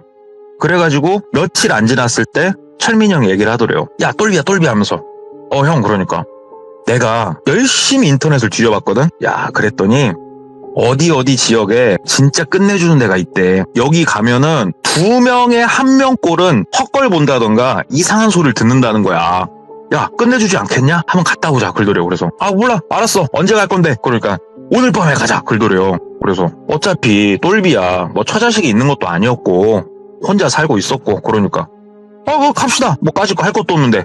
그렇게 해가지고 급하게 그날 밤에 흉가 체험을 간 거예요, 둘이서. 그래도 어디서 이제 본 건 있어서 똘비도 내심 좀 걱정은 되잖아요. 사람이 뭐 평상시에 그쪽에 관심이 많지는 않았더라도 한번 갈라치니까는 막 귀신 이런 것도 생각이 되고 그래서 굵은 소금 정도만 챙겨서 갔대요. 이제 철민이 형하고 둘이서 차 타고 한참 가가지고 그 오밤중에 차를 세우고 보니까 흉가가 이렇게 있더랍니다. 근처엔 뭐 아무것도 없고. 야, 분위기 한번 진짜 을씨년스럽다. 와, 가로등도 없고 이렇게 외지로 나오니까는 진짜 어둡구나. 와, 하면서 둘이서 손정등 들고 들어간 거예요. 딱 여기저기 구경하고 야, 진짜 재밌다 하면서 철민이 형이 일로 와보라고 가봤더니 큰 거울이 이렇게 있더래요. 그러니까 손전등으로 거울을 비추면서 야, 이거 완전 분위기 있지 않냐? 이거 뭔가 진짜로 거울에 너랑 나랑 말고 또 누군가 있을 것 같지 않냐? 막 이러면서 괜히 무서운 이야기를 더 하더래요, 철민이 형이. 그래서 형, 근데 난 솔직히 썩 무섭고 그런 건 모르겠다, 형. 그냥 분위기가 좀 이래서 그러지. 군대에서 내가 있을 때가 더 무서웠던 것 같은데? 얘기를 한 거예요. 그러니까 철민이 형이 나는 몰라, 무당이 그래서 그런지 기운이 뭔가 느껴져 막 그러더래요. 그래서 그래요, 뭐 느껴지든가 말든가 일단은 야, 그렇게 크진 않았는데 형 볼 만큼 봤으니까 나갈까? 그러니까 철민이 형이 그니까 뭔가 좀 아쉽긴 하다. 일단은 나가자. 그래가지고 둘이서 다시 자동차 있는 쪽으로 나오고 있었대요. 뚜벅뚜벅 똘비가 앞을 걷고 철민이 형이 뒤를 걸어오고 있었어요. 뒤에서 발소리가 들리죠. 철민이 형이 따라오니까 이렇게 막 건물 바깥으로 걸어 나가고 있는데 갑자기 철민이 형 발소리가 안 들리더래요. 그래가지고 걷다 말고 뒤를 쳐다본 거예요. 그러니까 철민이 형이 진짜로 우리가 뭐 영화나 아니면은 뭐 시들무에서 나온 것처럼 고개를 이렇게 쳐들고 천장을 바라보면서 흐흐흐흐 이 소리를 갑자기 내기 시작을 하더래요. 철민이 형을 보면서 저 형이 미쳤나? 장난을 치나? 아니, 이 상황에 저게 재밌나? 좀 짜증도 밀려오고 한편으로는 조금 무섭기도 하고 그래서 가까이 다가서진 않고 형 뭐해? 장난해? 재밌어 이게? 라고 얘기를 했대요. 그러니까 철민이 형이 막 이렇게 천장을 쳐다보면서 나 좀 막 이러면서 뭐라 말을 하는데 뭐 나 좀 같이 막 이렇게 얘기를 하더래요. 그러니까는 형 뭐해 하면서 그냥 용기 내서 뚜벅뚜벅 걸어갔대요. 걸어가가지고 철민이 형 어깨를 딱 잡았대요. 그러니까 철민이 형이 고개를 딱 내리더니 본인을 쳐다보는데 우리 도끼 눈 뜨고 쳐다본다고 그러지 않습니까? 약간 고개를 숙인 상태에서 눈가를 위로 이렇게 딱 치켜 세우고 딱 쏘아보면서 욕을 하더래요, 본인한테. 여길 왜 왔냐고. 그러니까는 똘비는 태어나서 이런 게 아예 처음이에요, 지금. 형 왜 그래? 뭐야 이거? 그러니까는 여기에 와서 놀면 니들은 재밌냐? 그러면서 마치 이 폐가 흉가에 머물고 있던 귀신이 철민이 형 몸에 들어가서 말을 하는 것처럼 막 얘기를 하더래요. 그러니까는 똘비 입장에서 덜컥 겁이 나더랍니다. 그리고 자기도 모르게 뒷걸음질을 좀 쳤대요. 그러니까는 철민이 형이 떠벅떠벅 걸어오더니 본인 멱살을 이렇게 잡더랍니다. 그러면서 니놈도 여기서 나랑 같이 있어야겠다고 하면서 막 조르더래요. 근데 이게 우리 그런 거 있잖아요. 예를 들어서 철민이 형이 장난을 치려고 하는 거예요. 그러면은 조르는 신용만 이렇게 하고 뭐 말고 이 수준으로 가겠지만 만약에 이게 장난이 아니라면 진짜 이 손자국이 남을 만큼 세게 줄 거 아닙니까? 이게 장난이 아니라면. 근데 진짜로 이 손을 떼면은 그대로 손자국이 남을 만큼 세게 자기 쪼르더래요. 그 상황에서 똘비가 이거는 장난이더라도 선을 넘었다라고 판단을 한 거예요. 그래서 나보다 형이지만 이 상황을 어쩔 수가 없잖아요. 그래가지고 주먹으로 그 철민이 형 얼굴을 때린 거예요. 막 욕을 하면서 이게 재밌어! 그러면서 빡 때린 거예요. 그러니까 철민이 형이 주먹으로 얼굴을 빵 맞으니까는 옆으로 꼬꾸라지더래요. 그리고 가만히 있더랍니다. 그래가지고 형 하고 막 흔들었대요. 그러니까 철민이 형이 그러면서 일어나더래요. 형 뭐야 장난이야 뭐야 지금 정확하게 얘기해. 나 진짜 너무나 화가 나니까 정확하게 얘기해. 그러니까 철민이 형이 아우 얼굴이 왜 이렇게 아파 그러더래요. 뭐야 형 기억이 안 나? 그러니까 나 여기 왜 누워있어? 나 얼굴이 왜 이렇게 아픈 거야? 막 그래요. 그래갖고 아니 그게 아니고 갑자기 무섭더래요. 진짜. 그래가지고 형 일단은 빨리 차 타자고. 그래서 차 타고 일단 바깥으로 나갔어요. 가로등이 있고 차들이 좀 다니는 곳으로 나가서 철민이 형한테 얘기를 한 거예요. 이래저래 해가지고 형 이런 일이 있었다 얘기를 하니까 철민이 형이 진짜? 와 씨 대박. 야 내가 뭐라고 그랬어. 둘 중에 한 명은 홀리는 곳이라니까 여기가. 예. 와 대박 내가 홀렸던 거야? 이런 느낌이야? 와 야 나 너 아니었으면 나 거기에서 죽었을 수 있는 거 아니야? 와 야 똘비야 진짜 고맙다 막 글더래요. 본인한테 거꾸로. 형 2번 다시 이런 데는 오지 말자. 나는 솔직히 지금도 뭐 긴가민가해. 형이 장난인지 뭔지 나 솔직히 모르겠는데 2번은 이런 거 하기 싫래. 응? 좀 찝찝해. 그만하자. 나 이런 데 안 올 거야. 그러니까는 철민이 형도 알았다고. 나도 진짜 무섭다고. 그래서 둘이서 그날 밤에 뭐 똘비도 말은 뭐 이런 걸 믿네 안 믿네 했지만 눈으로 실제로 보니까 무섭잖아요. 그래가지고 둘이서 몸에다가 막 소금을 찌끌고 어디서 본 건 있어가지고 공중 화장실 들려서 일 좀 보고 그 오밤중에 목욕탕 들려가지고 그 지금은 별로 없어진 것 같은데 뭐 전에는 동네마다 24시간 사우나가 많았어요. 코로나 때 많이 없어졌지. 네. 거기서 사우나를 하고 아무튼 그렇게 이제 끝났어요. 그날 밤이. 참 희한한 경험이었죠. 근데 그 일이 있고 나서 한 3주, 2주 정도 흘렀을 때 철민이 형이 얘기를 먼저 꺼내더래요. 점심을 먹고 둘이서 이빨 쑤시고 있었는데 야 똘비야 형 그러니까 실은 나도 미치겠다. 내가 조금 그날 나도 충격이 컸나 봐 그러더래요. 그래서 무슨 말이야? 그러니까 우리 몇 주 전에 그 흉가 폐가 가가지고 일이 좀 있었잖아. 그러니까 그러니까 사실 그날 이후로 내가 많이 악몽에 시달려. 잠을 제대로 못 자고 좀 이상해. 내가 이거 정신적으로 문제가 있는 건지 아니면 영적으로 문제가 생긴 건지 나 무섭다 지금 얘기를 하더래요. 이 형 얼굴을 봤대요. 그러니까 얼굴이 엄청 진지하더래요. 진짜로 뭔가 두려워 보이고 이래서 근래 들어가지고 철민이 형이 항상 눈에 다크서클이 있고 힘들어했구나. 형 그러면 일단은 병원을 먼저 가봐. 병원을 먼저 가서 병원에서 이상이 없다. 그러면은 그 다음에 무당한테 가봐 형. 솔직히 귀신이 어딨냐? 그날 우리가 스스로 심리적으로 불안하니까 뭔가 홀렸을 거야. 그렇게 생각해야 되는 거야 형. 얘기를 하니까 알았다고 그러더니 다음날 바로 또 얘기하더래요. 뭐 그쪽으로 문제가 있는데 왜 내과를 갔는지 모르겠습니다만은 내과를 갔다 왔다고 얘기를 했대요. 그러면서 뭐 가서 혈압도 재고 피검사도 일단은 의뢰를 했는데 이상은 없을 것 같다. 야 아직 피검사 결과는 안 나왔지만 나 무당을 한번 가보고 싶다 막 얘기를 하더래요. 그래서 갔다 오라고. 무당한테 갔다 오라고. 그래가지고 철민이 형이 혼자서 무당한테 간 거예요. 낮에. 똘비는 본인 일 보고 있다가 철민이 형한테 전화가 오더래요.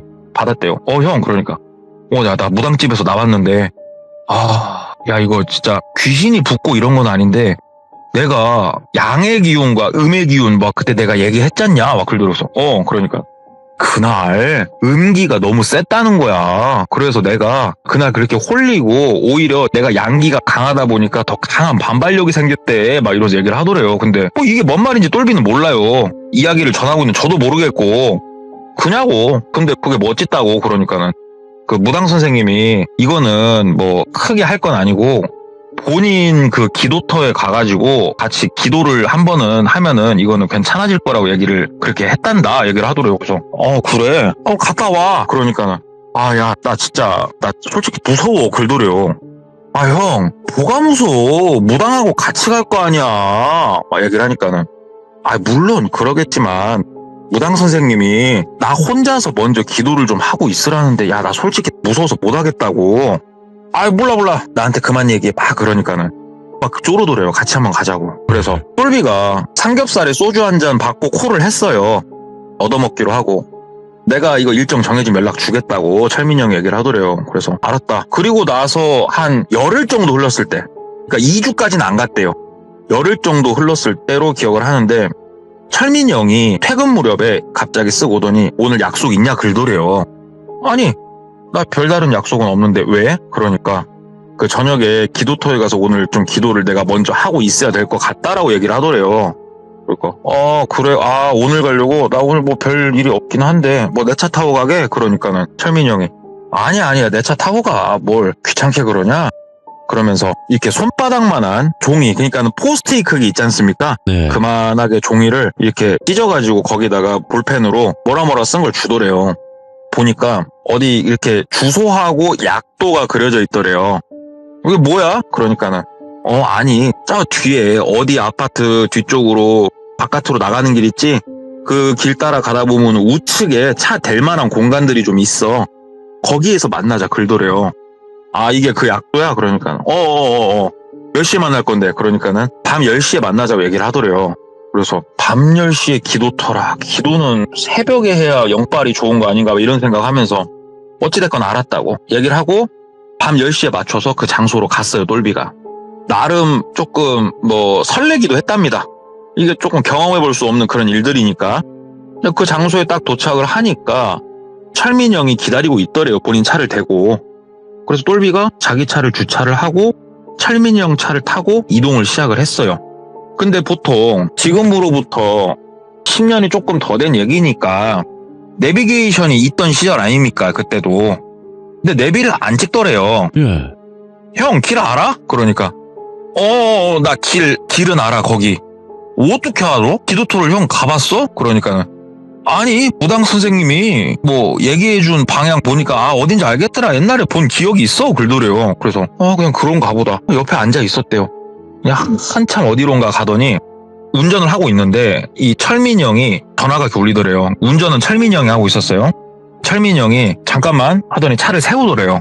그리고 통화를 하는데 뭔가 좀 심각한 통화 같았대요. 그러니까 뭔가 어떤 류의 통화였냐면은 영적인 이런 게 아니고 형수님하고 좀 심하게 다투더래요. 그러더니 막 다투다가 똘비야 미안해 잠깐만 그러고 차에서 내리더래요. 그리고 차 뒤편으로 가더니 막 고함 소리가 좀 나더래요. 통화로 대판 싸우고 있는 것 같았대요. 막 싸우다가 갑자기 다가오더니 차 문을 벌컥 열더래요. 야 똘비야 나 미안한데 핸드폰이 지금 배터리가 나갔다. 나 네 거 핸드폰 잠깐 좀 빌려줄래? 그러더래요. 알았다고 핸드폰을 빌려줬대요. 그러니까는 차 뒤쪽 옆에 가가지고 또 막 통화를 이렇게 하더래요. 막 소리를 고래고래 지르고. 그러다가 소리가 뚝 끊기더래요. 네? 그리고 나서 쩌벅쩌벅 걸어오더래요. 철민이 형이. 그러더니 보조석 문을 딱 열고 똘비야 진짜 미안. 뭐가 형? 나 이거 진짜 미안 하면서 핸드폰을 이렇게 내미는데 요즘 젊으신 분들은 모를 거예요. 요즘 젊으신 분들 핸드폰 배터리 충전하려고 얼마나 고생이 많습니까? 그런데 예전에는 하이테크놀로지가 있었습니다. 오. 진짜로. 말하면 아마 안 믿어지실 텐데 핸드폰 배터리를 갈아 끼울 수 있었어요. 옛날에는. 아마 상상도 못한 얘기일 건데 믿기 힘든 이야기죠. 예. 그럼요. 옛날에 하이테크놀로지가 있었어요. 근데 이게 옛날에는 핸드폰 배터리를 갈아 끼울 수 있는 대신에 물에 빠지면은 작살났었잖아요. 핸드폰을 딱 갖고 왔는데 뒤에 그 배터리 갈아 끼우는 뒤에 쪽 그게 열려 있고 배터리를 분리해놨는데 핸드폰이 물이 뚝뚝뚝뚝 떨어지고 있더래요. 그거를 손에다 이렇게 올려주더래요. 형 이거 뭐냐고. 그러니까 야 나 진짜 미안. 통화하다가 내가 감정이 너무 짜증나서 막 소리를 지르다가 손에서 이렇게 놓쳤어. 근데 밑에 또랑이 있지 뭐야. 핸드폰이 일단 빠져서 내가 급한 대로 일단은 배터리를 분리를 했어. 얘기를 하더래요. 예. 핸드폰이 물에 빠지면 배터리를 먼저 뽑아야 되는 건 이제 옛날에 폰 썼던 사람들은 다 알잖아요. 아, 형, 이거 어떻게 하라고? 나 영업도 해야 되는데. 그러니까는. 아, 형이 모든 수리비는 다 물어줄게. 똘비야. 진짜 미안. 글도래요. 그래가지고. 일단 핸드폰이 박살이 났어요. 물에 빠져갖고, 배터리도 뽑아놨고. 어떻게 하겠어요? 그 차에서 세차할 때 쓰는 걸레. 뒷좌석 발 대는 바닥에다 깔아놓고 그 위에 핸드폰을 놓은 거예요. 알으라고. 그리고 나서 오늘 어찌됐건 무당이 오기 전에 기도를 해야 된다고 하니까 철민이 형은 다시 운전을 시작을 했고 그렇게 한참 어디론가 갔답니다. 한참 가서 도착한 곳은 이렇게 약간 산길 비슷하게 차 올라다니는 길 있잖아요. 보통 뭐 굿당이 됐건 뭐가 됐건 이런 도심에 있진 않으니까 산속에 있으니까 그런 곳을 이제 올라가가지고 차를 세웠는데 되게 조금 뭐라고 해야 될까 한옥 비슷하게 생긴 어떠한 집이 하나 보이더래요. 근데 여기는 전기가 안 들어온다. 이거는 대충 알겠더래요. 왜 그러냐면은 근처에 들어오는 전신주가 없었어요. 하나도. 예. 여기야? 그러니까는 여기다고. 그래 뭐 들어가 보자. 그래서 둘이서 들어갔답니다. 거기를. 무섭고 그러진 않았대요. 왜 그러냐면은 건물 자체가 막 폐가 흉가 쓰러져가는 이런 류의 건물은 아니었대요. 뭐 자주는 아니더라도 어쩌다 한 번씩 누군가 쓸고는 닦았다 이런 느낌은 드는 그러한 건물이었답니다. 그냥 거기 딱 방에 들어갔는데 문이 뭐라고 해야 될까 되게 두꺼운 나무로 돼 있었대요. 엄청 두꺼운 나무로 되어 있었고 거기에 들어가서 이렇게 있으니까 철민이 형이 그러면은 똘비야 여기 잠깐만 후라시 좀 놓고 여기 물티슈 있으니까 여기 상이랑 네가 좀 닦아볼래? 근데 앞에 상 같은 것도 하나 있었대요. 돌로 된. 그러니까 뭐 제사상 비슷하게 생긴 돌로 된 상이 있었다고 하는데 거기를 물티슈로 좀 닦아달라고 물티슈를 옆에 놔주더래요. 그래가지고 알았어 형 하면서 거기를 이렇게 막 닦고 있었대요. 그러니까 철민이 형이 나 차에 가가지고 그 무당 선생님이 주신 거 준비 좀 해서 올게 그러면서 나가더래요. 그래서 이제 똘비는 그 상을 막 닦고 있었대요. 그러니까는 갑자기 뒤에서 끽딱 소리가 들리더래요. 뒤를 돌아보니까 철민이 형이 문을 닫았더래요. 형 뭐해? 그러니까는 대답이 없더래요. 그래서 가가지고 문을 열려고 앞으로 미는데 문이 안 밀리더래요. 그러니까 철컹철컹 하면서 바깥에서 걸어 잠궜더래요 이거를. 예? 형! 소리를 막 지른 거예요. 근데 아무 소리가 안 들리더래요.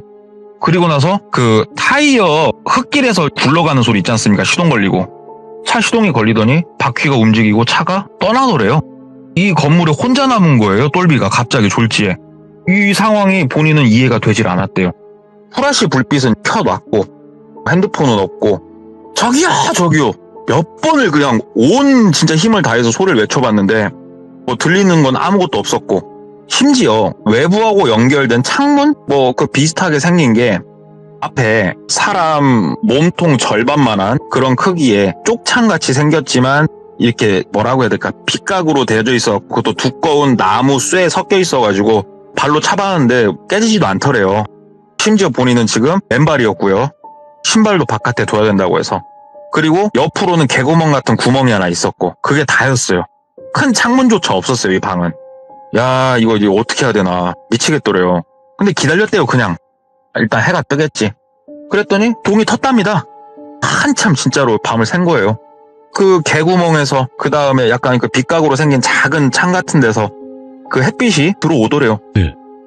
그 빛을 보니까 좀 마음이 놓이더래요. 조금은 그나마 희한하게.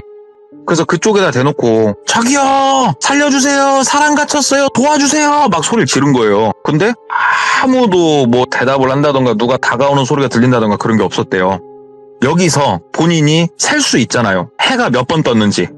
오늘 한번 해가 떴고 그 다음날 해가 떴고 그날 저녁이 된 거예요. 시간이 한참 엄청 흘렀어요. 지금 물 한 잔 못 먹었어요. 그때까지 밥 한 끼 못 먹었고요. 돌아버리겠더래요 진짜. 목은 말라 죽겠지. 움직일 힘도 없지. 배가 고프다 못해 애리대요. 뱃속은 애리지. 그 막 핑핑 돈대요. 사람이 우리 저혈당 온 것처럼.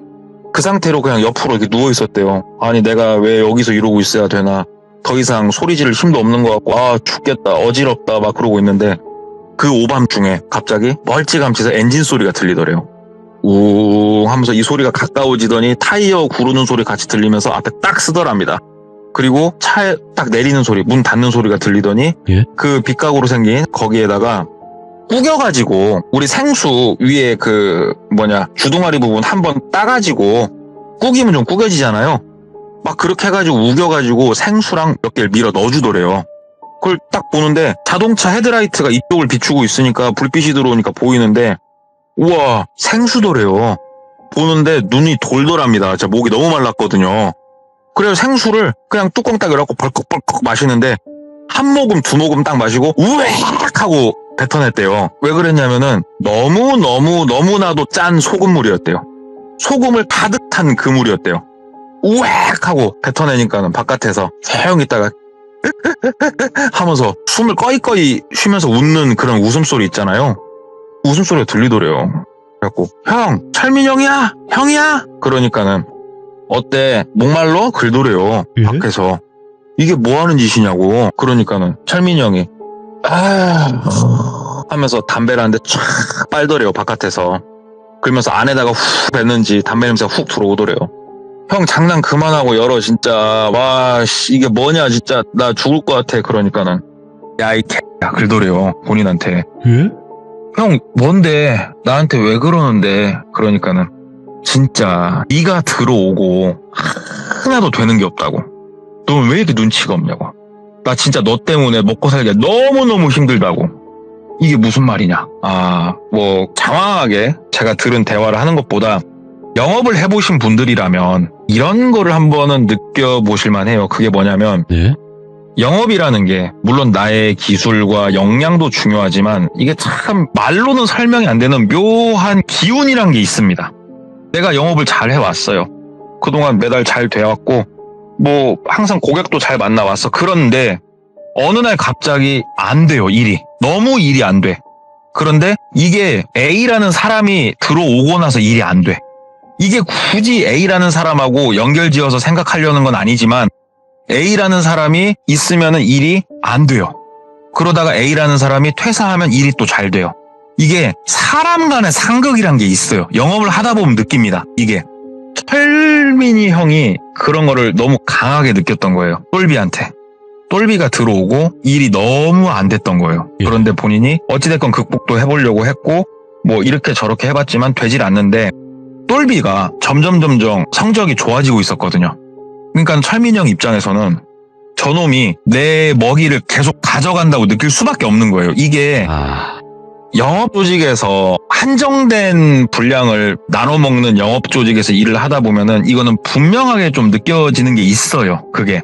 근데 이게 보통 사람들 같으면은 그런가 보다.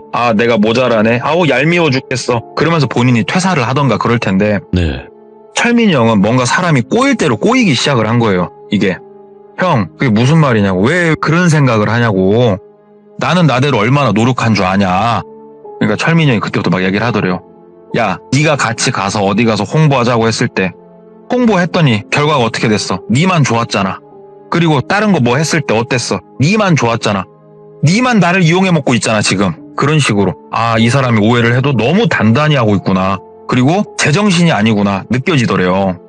형 그러지 말고 나가자. 내가 그냥 회사를 그만둘게. 그리고 내가 형 뭐 도와줄 거 있으면 도와줄 테니까 가자. 제발 좀 가자. 그러니까 철민 형이 까는 소리 하지 말고 진짜 네가 없었을 때 나 얼마나 날라다닌 줄 알아? 내가 이 탑이었어. 내가 2등하면 잠을 못 잤던 사람이야. 네가 오고 나서 병이 돼버렸어 내가. 그냥 학고가 돼버렸다고. 막 얘기를 하더래요. 그 타이밍이 그렇게 되나? 근데 그게 왜 나 때문인가? 대화로 풀어야겠다. 그래가지고 형 그게 아니고 내가 이렇게 열심히 하는데 형이 약간 매너리즘에 빠져 있었던 것도 있어. 내가 일단 설명을 다 해줄게 형. 그게 아니다. 나랑 얽혀서 그런 게 아니야 하면서 최대한 달래면서 막 얘기를 했대요. 살려고. 그러니까는 철민이 형이 듣더니 담배를 마지막으로 쫙 빨더니 말할 힘이 남아있는 거 보니까 아직 살만한가 보네. 그러면서 가버리더래요. 다시 혼자 남겨졌어요. 그리고 다음날 저녁이 됐어요. 다시 철민이 형이 오는 거예요. 다시 왔어요 차가. 철민이 형이 다시 물을 하나 밀어 넣어주더래요.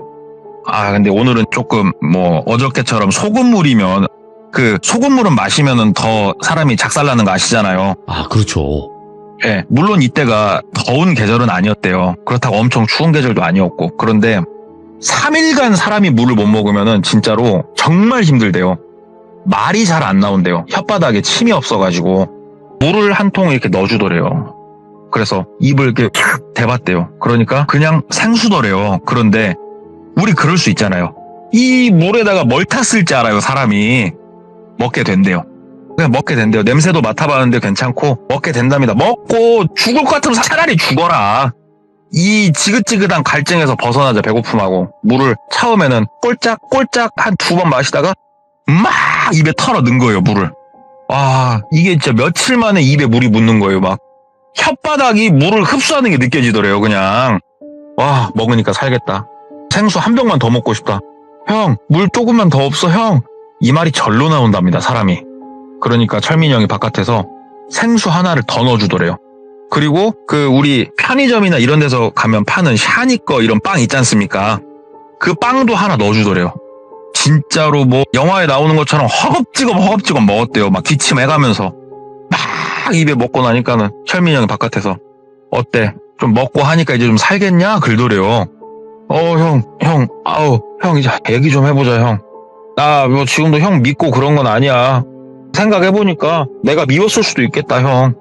내가 일을 그만두는 게 맞는 것 같아. 진작 말로 하지 그랬어. 나 그냥 그만뒀는데 그러면 막 얘기를 한 거예요. 그러니까 철민이 형이 아이고 주둥아리만 살아갖고는 그러더니 잘 먹었으면 됐네. 배불리 먹었으면 됐고 뭐가 안 말랐으면 됐네. 그러더래요. 그러더니 차를 움직이더래요. 앞뒤로 움직이면서 차를 돌리더랍니다. 뭐 하는 건가? 그러더니 엔진 소리가 점점 가까우더니 딱 차가 쓰더래요. 그런데 그 생수랑 빵이랑 줬던 그 개구멍 있잖아요. 거기에서 뭔가 냄새가 나기 시작을 하더래요. 딱 보니까 뭐였냐. 자동차 마우라 배기구를 그쪽에다 최대한 붙인 거예요. 이게 차가 디젤차였답니다, 그때. 그 디젤차 특유의 냄새 있지 않습니까? 그 냄새가 이 안으로 막 들어오기 시작을 하는데 야, 이건 죽는다라는 생각이 들더래요. 막 어디서 봤던 영화의 한 장면 막 그런 거 있잖아요. 뭔 말인지 아시죠? 영화 이렇게 배기가스 이용해가지고 이 형이 진짜 나를 죽이려고 하는구나. 와, 나 이거 어떻게 해야 되나. 머릿속으로 이건 시간이 얼마 없다 싶었대요. 그래가지고 개구멍이 조금 큰 구멍이 지금 하나 있어서 거기로 지금 배기가스가 들어오고 있는 거고 옆에 되게 작은 개구멍이 하나 있다고 했잖아요. 일단 그쪽으로 막 가가지고 그 개구멍이 쇠 망사 같은 걸로 딱 가려져 있었는데 그쪽에다 최대한 입을 대고 그쪽으로 숨을 쉬면서 소리를 막 지르기 시작을 했대요. 살려달라고. 여기 사람 있는데 사람 죽여요. 살려주세요. 막 소리를 질렀대요. 거기다 대놓고 그 오밤중에. 본인이 며칠간 소리를 질렀으나 아무도 쳐다보지 않은 그 공간에서 막 소리를 지르는데 진짜 목이 상하는 게 느껴지더래요. 그러니까 목에서 피맛이 올라오더래요. 냄새랑. 막 소리를 지르고 막 한참 그러고 있다가 정신이 이제는 몽롱해져 오더래요. 가스가 이 안에 찼구나. 아, 이 가스가 바깥에서 안쪽으로 약간 바람이 밀려져서 들어오니까 내가 지금 입을 대고 있는 개구멍으로 가스가 나갈 거고 결국은 여기다 입을 대고 있지만 나는 곧 죽겠구나라는 생각이 들더래요. 그냥 이 냄새 자체가 진짜로 엄청 역하대요. 그게 말할 힘도 별로 없고 시름시름 그러고 있는데 갑자기 어디서 오셨어요? 하면서 이제 사람 2명의 말소리가 들리더래요. 뭔가 하고 봤더니 나중에 한 사실이지만 그 2명이 어떠한 사람들이었냐면은 그 산에서 이것저것 캐시는 분들이 있죠. 전문적인 신만이 말고 동네 사람들 중에 꼭 이렇게 시골 마을 가면요. 1-2명쯤은 이렇게 산에서 산 나물 그다음에 약초 같은 거 맨날 캐고 다니신 분들이 있어요. 시골에. 그 2명의 이제 뭐 짝꿍이 있었는데 이분들이 저 옆에 마을인데 이렇게 돌면서 뭘 좀 하고 있었나 봐요. 그 오밤중에. 그러다가 이 소리를 듣고 온 거예요. 가까이. 자동차 헤드라이트도 지금 켜져 있고 시동이 걸려 있으니까 소리는 들리고 다른 사람들 말소리가 들리길래 아, 내가 여기서 마지막 뭔가를 쥐어짜야 된다 싶어가지고 그 개구멍에다가 입을 딱 대놓고 살려달라고 온 힘을 다해서 외쳤대요. 진짜로 목이 찢어져도 좋고 내가 여기서 외치다 죽어도 좋으니까는 마지막으로 한 번은 질러야 된다. 그래가지고 살려주세요. 사람 있어요. 살려주세요. 막 외쳤대요. 그러니까는 바깥에서 뭐라 말소리가 좀 들리는데 그 말소리를 들으면서 정신을 잃었대요. 이게 그냥 핑 돌면서 그냥 블랙아웃이 돼버린대요. 사람이. 산소가 없으니까. 그리고 나서 눈을 떴을 때는 그 우리 드라마나 이런 거 보면은 뭐 병원에 누워있으면은 코에다가 뭐 이렇게 씌워놓잖아요. 산소. 그거 씌워져 있고 손 끝에 그 산소포화도 이렇게 재는 기계 있잖아요. 알죠? 그거 있고 팔에 링겔 딱 있고 그러고 본인이 누워있더래요. 병실에. 정신을 거기서 차렸대요. 뭔가 일어나가지고 응급실이었대요. 막 불렀대요. 사람을. 일로 와보라고. 그러니까 간호사가 오더래요. 뭐냐고. 그러니까 간호사분이 어디론가 가서 의사선생님을 모셔왔고 의사선생님이 오시고 상태를 한번 확인하고 뭐 그런 걸 물어보더래요. 그 본인이 기억하는 게 그 돌빈 이거 맞춰보십시오. 붉은색이고요. 그 씨앗이 점처럼 박혀있고 봄에 주로 나오고 달콤한 과일이 뭡니까? 딸기잖아요. 예. 이런 걸 물어보더래요. 예. 그러니까는 뇌가 손상을 입었나 그냥 간단하게 좀 체크를 하더래요. 뭐 이렇게 체크를 하고 하더니 다른 분한테 뭐 얘기를 하고 그러고 있으니까는 경찰이 오더랍니다. 그래가지고 경찰한테 충분히 설명을 했대요. 처음부터 끝까지 싹 설명을 하니까는 경찰분이 수첩에다 막 적으시더래요. 막 적으시고 일단 알았다고. 건강 일단 챙기시고 댁에 가 계시면은 추후에 다시 한번 연락을 드리겠다고. 그래가지고 병원에서 나와가지고 핸드폰부터 새로 하고 한 3일 4일 며칠 안 있었대요. 연락이 왔대요. 경찰에서. 그래가지고 경찰 그 분이 오라고 한 게 아니고 시간 괜찮으시냐고 묻더니 본인이 있는 곳으로 와주셨대요. 그래가지고 다시 한번 묻더래요.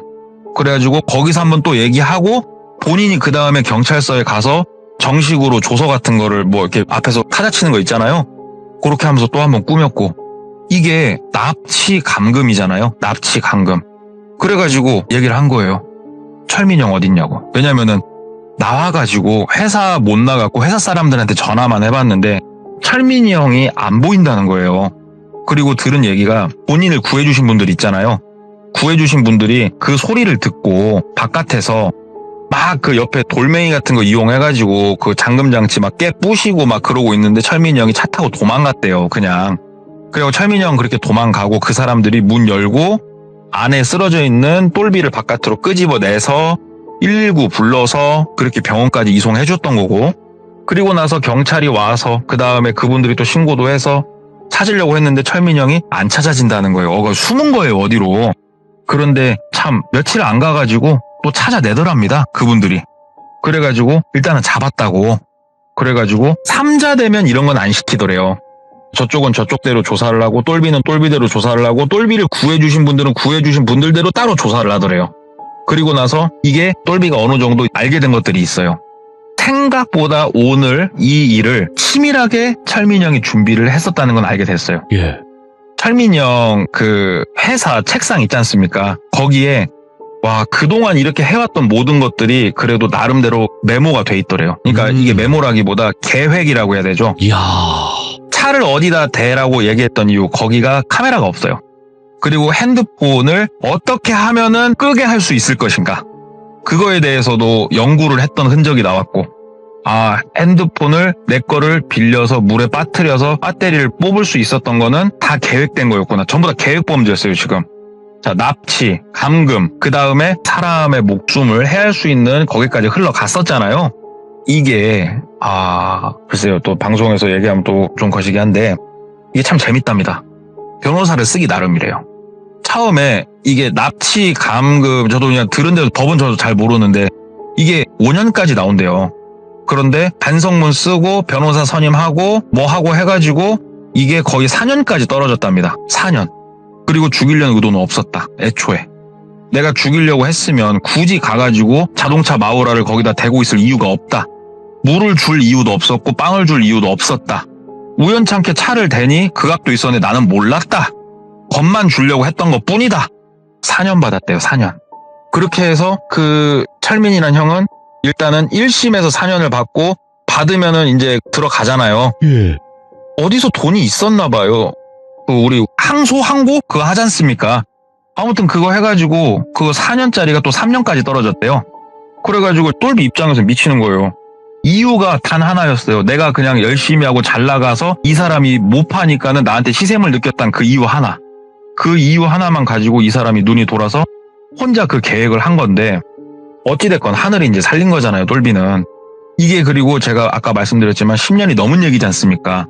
여기서 이제 또 하나 들을 수 있었던 거는 사건이 이제 끝났어요. 그리고 일상으로 돌아왔습니다. 언제 또 공포가 밀려오냐? 3년이 될 때쯤 정말 무섭대요. 이 사람이 출소할 때쯤이 되면은 진짜 무섭대요, 진짜. 그래서 저한테 말을 해주신 분이 그 얘기를 하더라고요. 피해자가 동네를 뜨잖아요. 가해자는 출소해서 동네로 돌아와요, 보통. 피해자가 동네를 뜨는 이유가 그거래요. 본인이 겪어보니까 2년 정도까지는 그냥 거슬리기만 했는데 예. 3년 차, 이제 올해만 지나면은 이 사람이 나온다는 걸 알고 있잖아요. 못 있겠더래요, 그 동네. 얘가 나오면 무슨 짓을 할지 모르니까. 친하게 지내다 보니까 서로 뭐 이것저것 하면서 아무래도 이제 영업 쪽이 되니까 주민번호 같은 것도 공유를 좀 했었고, 아, 이 동네 못 있겠다. 그래서 동네를 뜰 수밖에 없었다고. 피해자가 그래서 동네를 뜨게 된다고.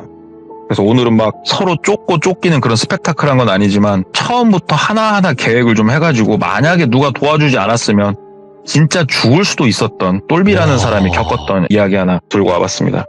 아무리 그래도 이게 뭐 밥그릇 뭐 그런 거라고 하더라도 이거는 좀 아닌데. 이거 예. 글쎄요. 영업 조직에서 있다 보면요. 진짜 꼴배기 싫을 만큼 미울 때가 있긴 있어요. 아, 뭐 그렇게 행동하는 사람도 있잖아요, 실제로.